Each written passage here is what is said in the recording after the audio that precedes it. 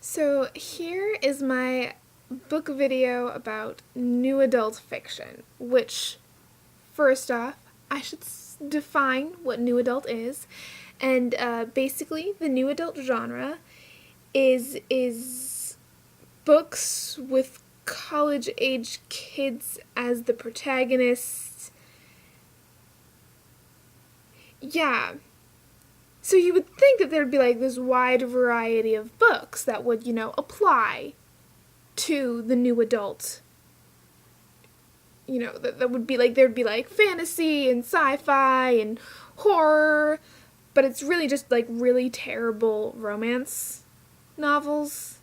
And when I mean terrible, I mean like, these are not relationships anyone should aspire to have, as they're really not healthy for anyone involved. They're just so negative. And also, they all have the same exact plot most of the time, which is annoying. Now, there are exceptions. I've read exceptions, which is why I was like gonna read a whole bunch of new adult books because I found ones I liked, and then all the ones I read after that were just like the same and terrible. So, there's that. Good ones include Hushed by Kelly York, which is about a serial killer who's, 18, I think he turns 19 in the book, I can't remember, and it's a terrifying book, but it's so good. And Hold Me Closer, Necromancer, I think technically counts, and it's a really good book. I mean, the title is a play on, Hold Me Closer, Tiny Dancer, it's Necromancer. How can you not love a book that does that? I don't know. Anyways, back to new adult books. I haven't really met, like, most people who like them in real life. I met someone once, and this was back when I read Taking Chances, which is when I, like, really hit me that, like, all these books were just terrible. Although that one was slightly more original than the rest, I could not finish that book. I actually really, like, want to just physically destroy a copy, which sounds really bad, because I'm not usually like that, but, someone lent me a copy, and I was like, I just want to, like, tear it in half. She lent me a copy to be honest, because she was going to give it to the library. You know what? Doesn't matter. Here's what I hate about new adult books. First of all, so here's the plot line of a new adult book. There's a girl, she goes to college, she's a virgin. Okay, that's cool, because a lot of people are like, when you go to college, you should have, sexual experience, and that's not the case with every single person. So that's cool, fine, whatever.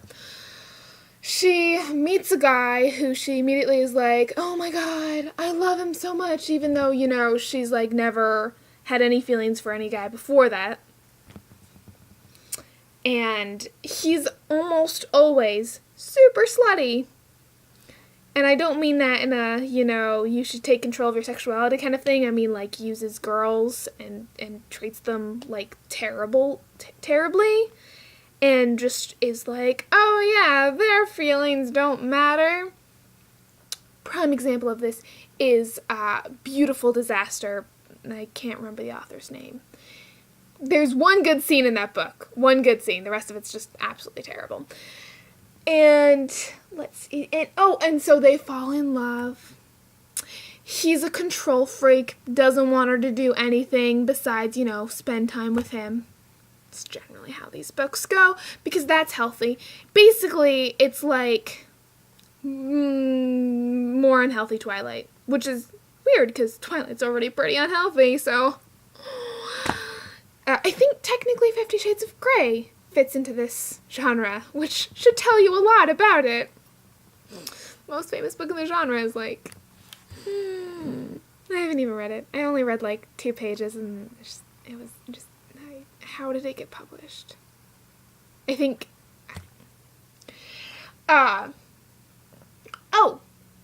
of slut shaming. There's always like 1 or 2 girls, and like the rest of the girls are all sluts. That's what the girls call them. They're like, oh my god, they're so slutty. And I'm like, but you were with a guy, and you wouldn't sleep with him, which is fine, whatever, and then you cheated on him. think that's worse than being slutty. You know, because you're betraying someone's trust in a relationship. You make a promise and a commitment to some extent, even, you know, if you've only been dating for, you know, a few months or whatever. Like, it's still a commitment, and I don't even know. It's so many double standards. And, like, anyways, there's always, like, the girl and her best friend, and they always gossip about how everyone else is, like, super slutty, but not them. They are, you know, perfect and wonderful in every single way. They also have, like, 5 love interests in every single one. Like, they're, like, every person they meet is like, oh my god, I'm in love with you. And I'm like, that's just not how people work. It's not what happens. It's not what happens. There's also the whole, I'm not like other girls trope. And it's even worse in this genre than it is in the young adult books. Because young adult books, you know, they're at least still teenagers who've been fed these lies and stuff. But these ones, they, like, actually legit think they are super special snowflakes who deserve the world. And I'm just like, and they're always in college, and they never do any work, but somehow they still get A's. It's not how college works, guys. It's really not. There's nobody staying up until 12 and you're 12 and finishing a paper that's due the next morning or even, you know, in 10 minutes. Which, like, I get not everyone does, but a lot of people in college do that.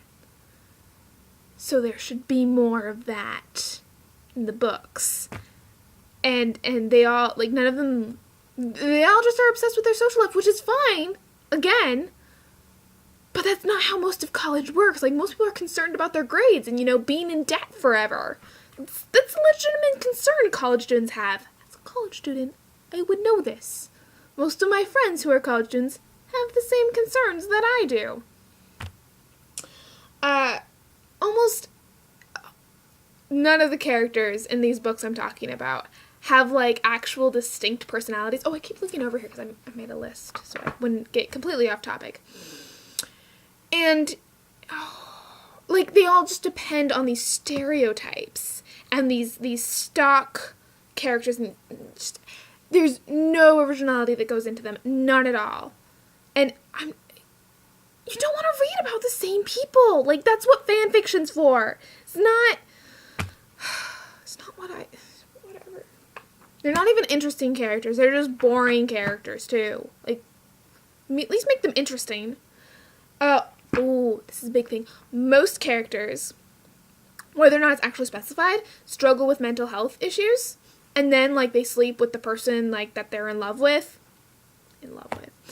And then all of a sudden they're just, like, magically cured and healed, and I'm just like, I don't know a lot about mental health, but I'm, like, 100% sure that sex does not, like, immediately fix all your problems.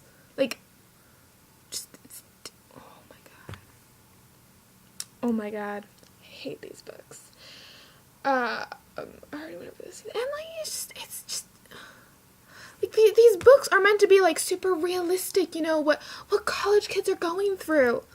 Oh, and the main character, the main girl, has almost always already been raped or going to be raped, and they talk about it, like, once, and that's it. And, like, most of the time, it's so, like, the guy can save her. And, like, they don't, like, address the mental repercussions half the time. Like, portray these things realistically, especially if you're gonna, like, make us go through the trauma of, like, having, like, these explicit scenes that, like, of violent stuff going on. Like, address what happens. Don't be like, oh, I'm with you, all's okay. No! Anyways. Okay, I think I'm done, because if I don't stop now, I'm never gonna end. Anyways, just avoid Taking Chances by Molly McAdams if you avoid no other books. Just avoid that one, okay? Please.